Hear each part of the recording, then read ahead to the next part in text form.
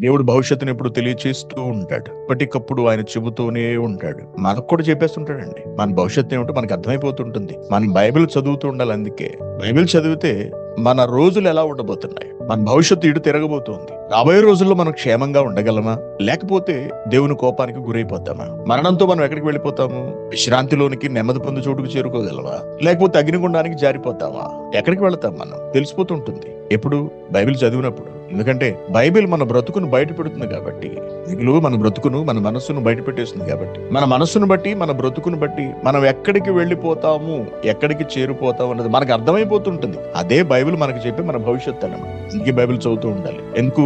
దేవుడు ఎప్పుడు ముందుగా చెబుతూ ఉంటాడు. చెప్పకుండా ఆయన ఏ పని చేయడు.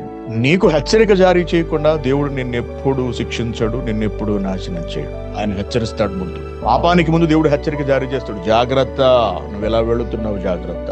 ఆ హెచ్చరిక మనకు అర్థం కావాలి, మనకు బోధపడాలి అంటే బైబిల్ చదవాలి.